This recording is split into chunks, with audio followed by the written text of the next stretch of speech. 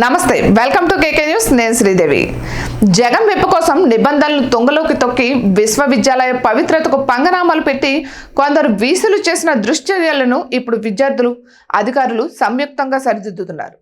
అందులో భాగంగానే గుంటూరు జిల్లాలోని ఆచార్య నాగార్జున విశ్వవిద్యాలయంలో ఏర్పాటు చేసిన ఉమ్మడి ఆంధ్రప్రదేశ్ మాజీ ముఖ్యమంత్రి వైఎస్ రాజశేఖర రెడ్డి విగ్రహాన్ని సోమవారం తొలగించారు.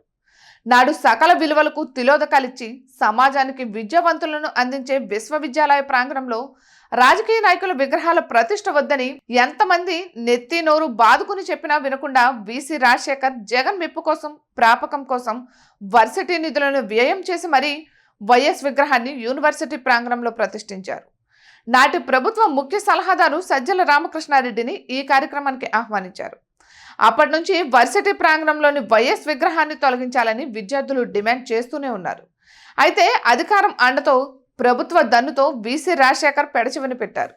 అంతేకాదు వీసీ రాజశేఖర్ అప్పటి ప్రభుత్వ ప్రాపకం కోసం పాకులాడి సరస్వతి నిలయం లాంటి నాగార్జున విశ్వవిద్యాలయాన్ని రాజకీయ చర్చలకు వేదికగా మార్చేశారు.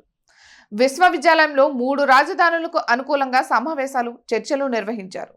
అంతేనా వైసీపీ ప్లేనరీ కోసం వర్సిటీ ప్రాంగణంలో పార్కింగ్ స్థలాన్ని కూడా కేటాయించారు. ఇప్పుడు జగన్ సర్కార్ ఘోరంగా ఓటమి పాలై ప్రభుత్వం మారిన నేపథ్యంలో విద్యార్థులు ఒక్కసారిగా తమ గళాన్ని విప్పారు. వీసీపై చర్యలకు డిమాండ్ చేస్తున్నారు. వర్సిటీ ప్రాంగణంలోని వైఎస్ విగ్రహాన్ని తొలగించాలని గట్టిగా పట్టుబట్టారు.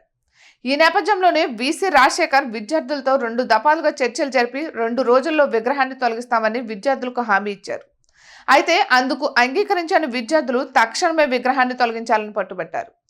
దీంతో విధిలేని పరిస్థితుల్లో వీసీ రాజశేఖర్ అప్పటికప్పుడు పొక్లైన్ తెప్పించి విగ్రహాన్ని తొలగించారు. ఇక ఇటువంటి మరెన్నో వీడియోస్ కోసం కేకే న్యూస్ తెలుగు ఛానల్ని సబ్స్క్రైబ్ చేసుకోండి.